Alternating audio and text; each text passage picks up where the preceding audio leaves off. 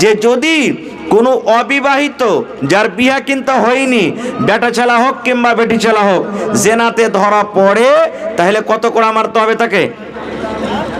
কত কোড়া মারতে হবে ভাই? জোরে বলেন না।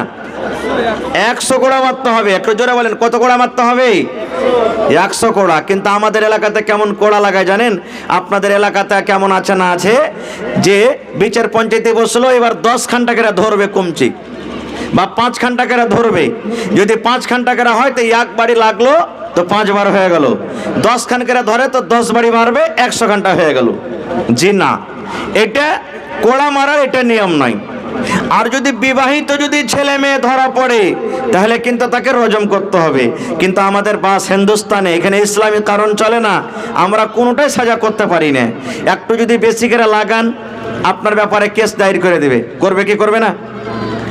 সেই সাহাবী আবার ডান দিক থেকে এসে বলছেন, তয়্যিরনি ইয়া রাসূলুল্লাহ, আল্লাহর নবী গো আমি মায়েজ, আপনি আমাকে পাক করে দেন। আমার দ্বারাতে গুনাহ হয়েছে, আমার দ্বারাতে পাপ হয়েছে গো নবীজি, আপনি আমাকে পাক করে দেন। আমি ভুল করে দিয়েছি, আমার দ্বারাতে গুনাহ হয়েছে গো নবীজি, আপনি আমাকে পাক করে দেন। এই করে করে নবী বললেন, ও আমার মাই সাহাবী শোনো রে, বাড়ি চলে যাও, তওবা করো। যে কোনো তুমি গুনাহ করেছো আল্লাহ রাব্বুল আমিন তোমার গুনাহকে মাফ করে দিবেন। তুমি বাড়ি চলে যাও, বাড়ি যাও, বাড়ি যাও, আল্লাহ তোমার গুনাহকে মাফ করে দিবেন। এবার সে সাহাবী একটুখানি যাওয়ার পর মনে মনে আবার চিন্তা করলেন, রব্বুল আলামিন আজকে আমার দ্বারাতে গুনাহ হয়েছে, আজকে আমার দ্বারাতে পাক হয়েছে, আজকে আমি গুনাহ করেছি। আল্লাহ যদি দুনিয়াতে আমার গুনাহটা মাফ না হয়, দুনিয়াতে যদি আল্লাহ আমার গুনাহকে ক্ষমা না করে, আল্লাহ যে সেই গুনার কারণে আমাকে জাহান্নামের আগুনে জ্বলতে হবে, সেই গুনার কারণে আমাকে জাহান্নামের আগুনে পুড়তে হবে। এই জন্য আবার ঘুরে এসে নবীকে বলছেন, তয়্যিরনি ইয়া রাসূলুল্লাহ, নবী গো আমি মায়েজ ঘুরে যাব না, আমার দ্বারাতে গুনাহ হয়েছে, আমার দ্বারাতে পাক হয়ে গুনাহ হয়েছে, আমার দ্বারাতে পাপ হয়েছে গো নবীজি, আপনি দয়া করে আপনি আমাকে পাক করে দেন। 3-4 বার হওয়ার পর এবার নবী তখন তাকে বলছেন, এ মায়েজ, আরে তুমি তো বারবার বলছো আমাকে পাক করে দেন, আমাকে পাক করে দেন, তোমার গুনাহটা কি বলো তো? কি গুনাহ করেছো তুমি? তোমার গুনাহটা কি? ওরে সুবহানাল্লাহ। সেই সাহাবী বলছেন, জানাই তো আল্লাহ নবী গো আমি চুরির গুনাহ করিনি, আমি ডাকাতের গুনাহ করিনি, মদ পান করিনি, আমি জানাই তো জেনা করেছি, একটা মেয়ে ছেলের সাথে আমার দ্বারাতে জেনা হয়েছে নবী গো, আমার দ্বারাতে জেনার গুনাহ হয়েছে, জেনার পাপ হয়েছে। এই জন্য নবীজি আপনি আমাকে পাক করে দেন, আমার দ্বারাতে গুনাহ হয়ে গেছে। আল্লাহর নবী গো শরীয়তের যেটা ফয়সালা আছে আপনি আমার পরে লাগু করে দেন। আমি জেনা করেছি, আমার দ্বারাতে জেনার গুনাহ হয়েছে। ডাইরেক্ট সে সাহাবী বলছে, নবীজি আমি জেনা করেছি, আপনি আমাকে পাক করে দেন।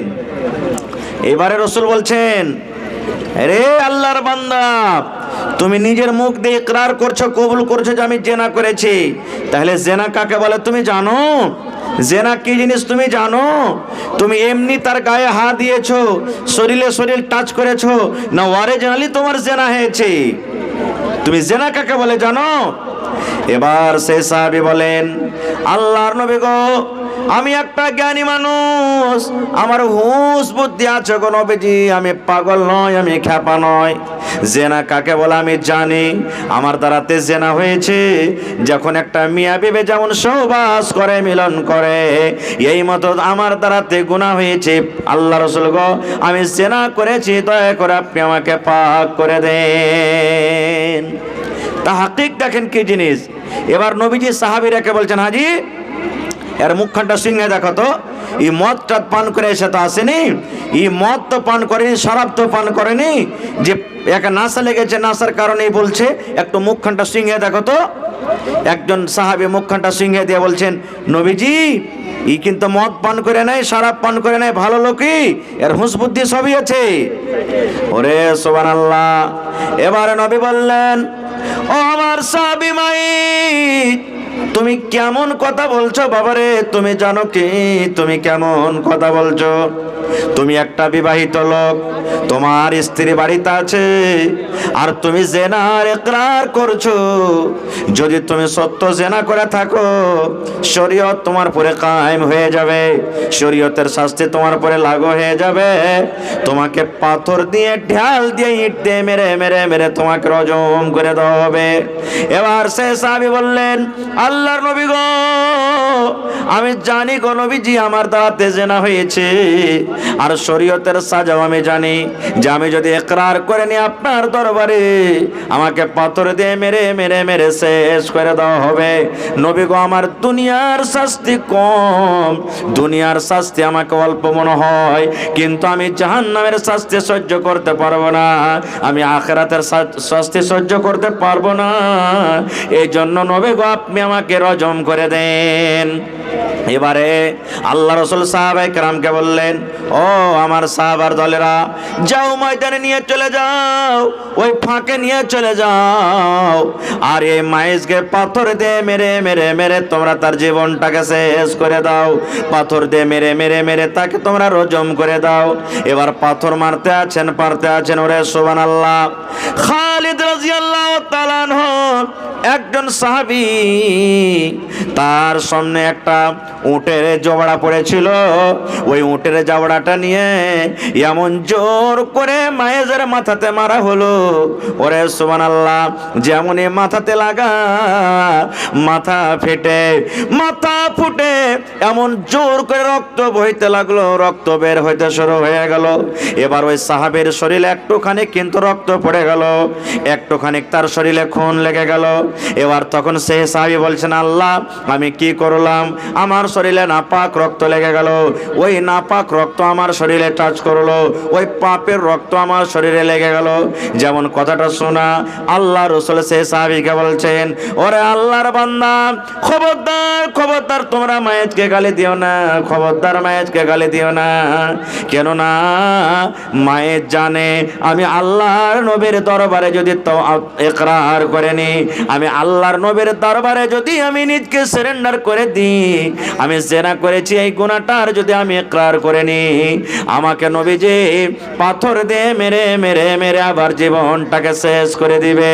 দয়ার নবী পাথর দিয়ে মেরে মেরে মেরে আমার জীবনটাকে হারিয়ে দিবে। কিন্তু ওরে সুবহানাল্লাহ, নবী বললেন, সাহাবীরে এতখানি সাজা জানা সত্ত্বেও আমার দরবারে এসে কবুল করেছে।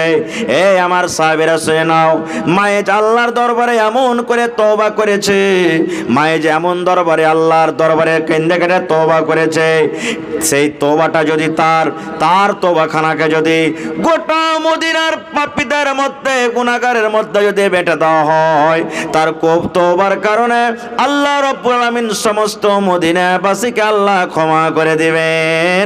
এই জন্য খবরদার মায়েজকে তোমরা গালি দিও না। নারে তাকবীর। তাহলে দেখেন, একজন সাহাবী যার কোরআনে আল্লাহ রাব্বুল আলামিন জিকির করেছেন যে সাহাবীর আমল দেখে আল্লাহ খুশ, আর আল্লাহর আহকাম বিধান পেয়ে সাহাবায়ে কেরাম খুশ, তাদের দ্বারা তো জেনা হয়েছে।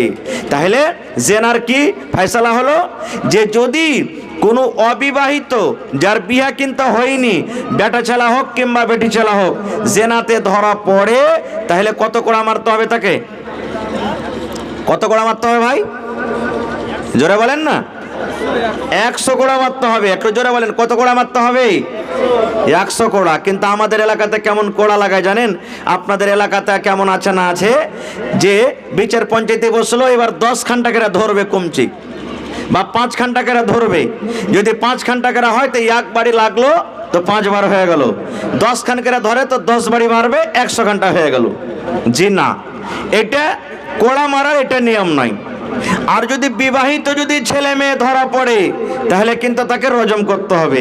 কিন্তু আমাদের বাস হিন্দুস্তানে এখানে ইসলামী কারণ চলে না, আমরা কোনোটাই সাজা করতে পারি না। একটু যদি বেশি করে লাগান, আপনার ব্যাপারে কেস দায়ের করে দেবে। করবে কি করবে না? হ্যাঁ, যে বড় বাবু, সিধাইনিকেরা বলবে বড় বাবু আমাকে এরকম ভাবে মেরেছে, কিন্তু কি কারণে মেরেছে ওগুলা দেখা দেখি না আপনাকে চক করে ফেলে দিবে। এই জন্য মন্ডল, সর্দার, মুখিয়াজি, মৌলভী সাহেব, সমাজের যারা আছে এরা শরীয়ত কিছু করতে পারে না। খো খৈর যা হোক, আমি ওদিকে যাব না। খো তো সাহাবায়ে কেরামের দ্বারা থেকে ভুল হয়ে গেল, কিন্তু তওবা করলেন, তওবার কারণে আল্লাহ তাবারক ওয়া তাআলা তার গুনাহ মাফ করে দিলেন। এবার আরেকটা মশলা শুনলেন, আজকে আমাদের এলাকাতে, সমাজে একটু যদি শুধু ছেলে মেয়ে যদি গল্প করে, ওরে আল্লাহ, আর একজনের তখন ও শুধু গল্প করতে দেখবে, আইসা গ্রামে বলবে আবে আর শুনেছিস কিছু, দেখেছিস? কোজে কি আছে? কোজে আব্দুল্লাহর বেটি আর জামশেদের বেটাকে দেখেলাম, ওরে সুবহানাল্লাহ বলিস না আর কিছু, দিলে গ্রামে ঢোল পেটে। এরকম হয় না? হয় না? শুধু গল্প করতে দেখেছে ও, আর কিছু দেখেনি আর আগে। আর ও আইসে এমন ভাবে তেল মশলা লাগাবে যে বোরকা বিচার বসিয়ে দিবে। এবার যেমনি সমাজের লোক বসে গেল, এই তোরকে কতখানি কি হয়েছে বল? দুজনই বলছে না আমাদের কিছু হয়নি, বাস 4 লাখ 5 লাখ টাকা ফাইন হয়ে গেল। এই ভাই মুসলমান, আল্লাহ রসুলের হাদিস বলছে আপনাদের সামনে, সহিহ হাদিস। আল্লাহ নবীর জামানাতে একজন সাহাবী দোকানদার ছিলেন, দোকানদারি করত। খাজুর ছিল গ্রামে, দোকানে খাজুর, দোকানে সয়দা আছে। গ্রামের একটা মহিলা দোকানে সওদা কিনতে গেছে, যেমন আমাদের এলাকাতে যাই না, মা, খালা, বহিন, দাদি, নানি সাবুন কিনতে যায়, সারাপ কিনতে যায়, দরকার হিসেবে যায়। এবার আল্লাহ নবীর জামানাতে সেই মহিলা দোকান গেছে সওদা কেনার জন্য। এবার সেই সাহাবী কেমন যে লেগেছে তাকে, সে মেয়ে ছেলেটাকে ধরে চুমা দিয়ে দিয়েছে। শুধু চুমা দিয়েছে, গত টাচ হয়েছে, যেরকম সহবাসই হয়নি, শুধু চুমা হয়ে গেছে। আমাদের মতন তো সেই নয়, যাবে যা হইলো হইলো, লোক করে থাক, খাপা কেউ জানতে পারেনি, ডাহিন ভাই দেখ, আগা পিছে দেখ, কেউ জানতে না পারলে হলো চুপচাপ থেকে থিয়ে দেয়। কিন্তু একজন সাহাবী, সুবহানাল্লাহ, যার আল্লাহর ডর, ভিতরে আল্লাহর ভয়, সেই সাহাবী তো চুমা খেয়ে নিলেন, কিন্তু ভিতরে জাহান্নামের ডর, আল্লাহর ডর ঢুকে গেল। এবার সেই সাহাবী দৌড়াতে দৌড়াতে দৌড়াতে আল্লাহর নবীর দরবারে চলে গেলেন।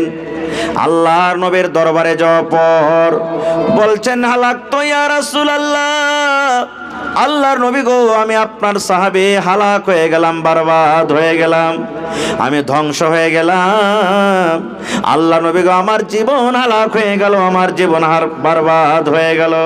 হালাক তো ইয়া রাসূলুল্লাহ, আল্লাহ রাসূল, আমি হালাক হয়ে গেলাম, বরবাদ হয়ে গেলাম। সেই সাহাবী ডাইরেক্ট নবীকে বলছে, নবীজি আমি হালাক বরবাদ হয়ে গেলাম, আপনি শরীয়তের বিধান আমার পরে লাগু করেন। ইতিমধ্যে আজান হয়ে গেল, জোহরের আজান হয়ে গেল। এবার জোহরের আজান হয়ে গেল, এবার নবীজির সাথে সেই সাহাবী নামাজ পড়লেন। জামাতে নামাজ পড়ার পর এইবারে সেই সাহাবী আবার দাঁড় হয়ে বলছেন, আল্লাহর নবী গো, আমি হালাক হয়ে গেছি, বরবাদ হয়েছে গো নবীজি, আপনি আমার পরে শরীয়ত লাগু করেন, আপনি আমাকে রজম করেন, আপনি আমাকে পাথর দিয়ে মেরে মেরে আপনি দুনিয়া থেকে আমাকে বিদায় করে দেন গো নবীজি, আমার দ্বারাতে ভুল হয়েছে, আমি জিনা করেছি, আমি ব্যভিচার করেছি, আপনি আমাকে রজম করে দেন। যখন এই কথাটা পর আল্লাহ রাব্বুল আলামিন জিবরাইল ফেরেশতাকে ডাক দিয়ে বললেন, ও আমার ফেরেশতা জিবরাইল, শোনো রে, আমার নবীকে তার একজন সাহাবী ভুলের কারণে প্রশ্ন করেছে, আমার নবীর কাছে কোনো উত্তর নাই। যাও রে জিবরিল, যাও তাড়াতাড়ি করে কোরআন মাজিদের অমুক আয়াত নিয়ে আমার নবীর কাছে তুমি চলে যাও। এবার সঙ্গে সঙ্গে জিবরিল আমিন নবীর কানে কানে ওহী করে দিলেন। যখন কানে কানে ওহী করে দেওয়া হলো, এবারে নবী বলছেন, আইনা সাইল, ও সাইল তুমি কোথায় আছো গো, যে বলেছো আপনি আমাকে পাক করে দেন, আমি হালাক হয়েছি, বরবাদ হয়েছি।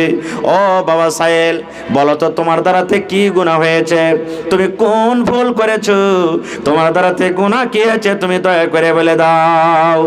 এবারে সে সাইল বলছেন, আল্লাহর নবী গো, আমার দ্বারাতে এতখানি ভুল হয়েছে নবী গো, আমি একটা ওয়াপার বেটি ছেলেকে ধরে, আমি একটা ওয়াপার মহিলাকে ধরে, আমি একটা ওয়াপার নারীকে ধরে চুমা খেয়েছি গো নবীজি, আমি চুমা দিয়েছি, তার গালে চুমা দিয়েছি, আমার দ্বারাতে এটা ভুল হয়েছে, আমার দ্বারাতে এটা পাপ হয়েছে। আল্লাহ রাসূল বললেন, বাবারে তুমি শুধু চুমা খেয়েছো, তোমার দ্বারাতে জেনা ব্যভিচার হয়নি। বলছেন, না নবী গো, আমার দ্বারাতে সহবাসের কাজ হয়নি, যেটা স্বামী স্ত্রীর মিলন হয় সেটা হয়নি, নিয়ে শুধু তাকে চমা খেয়েছে। আল্লাহ রাসূল তখন বললেন, সাহাবী রে, তুমি কি আমাদের সাথে জামাতে নামাজ পড়োনি? এই যে আমরা জামাতে জোহরের নামাজ পড়লাম, এই জোহরের নামাজ কি তুমি আদায় করনি? সেই সাহাবী বললেন, নবীজি হ্যাঁ, আপনার সাথে আমি জামাতে নামাজ পড়লাম। এইবারে নবী বললেন, সাহাবী রে, আল্লাহ রাব্বুল আলামিন কোরআন মাজিদ নাজিল করে দিলেন। আল্লাহ কোরআনে বলেন, এ আমার সাহাবী তুমি শুনে নাও, শুধু এই সাহাবীর জন্যই কোরআন আয়াত নয়, কিয়ামত পর্যন্ত যত আল্লাহর নবীর উম্মত হবেন সমস্ত মানুষের জন্য এটা আয়াত, এটা হুকুম। আল্লাহ রাব্বুল আলামিন নবীকে বললেন, নবী তুমি বলে দাও, ওয়া আকিমিস সালাতা তারাফাইন নাহারি ওয়া যুলাফাম মিনাল লাইল। আমার নবী তুমি বলে দাও, ওয়া আকিমিস সালাত, নামাজ তুমি কায়েম করো, নামাজ তুমি কায়েম করো, তারাফাইন নাহার, দুইনের দুই কিনারাতে, ওয়া যুলাফাম মিনাল লাইল, মানে রাতের কিছু অংশ দেয়। 5 ওয়াক্তের তুমি সোজা কথা নামাজ আদায় করো, কেননা 5 ওয়াক্তের তুমি যদি নামাজ আদায় করো, ইন্নাল হাসানাত, নিশ্চয় নেকি যুহিবিনা সাইয়াত, নেকি করতে গেলে তোমার আপনি আপ তোমার গুনাহ শেষ হয়ে যাবে, নেকি করতে গেলে তোমার পাপ দূরে হয়ে যাবে, নেকি করতে গেলে তোমার গুনাহ মুছে যাবে। এই জন্য সাহাবীরে, যাও যাও যাও, তুমি নেকি করো, নামাজ পড়ো। এই নামাজ তুমি বাদ দিও না। নামাজ পড়ার কারণে একটা মেয়ে ছেলেকে ধরে তুমি চুমা দিয়েছো, আল্লাহ রাব্বুল আলামিন নামাজের কারণে তোমার গুনাহকে আল্লাহ মাফ করে দিবেন। নারে তাকবীর।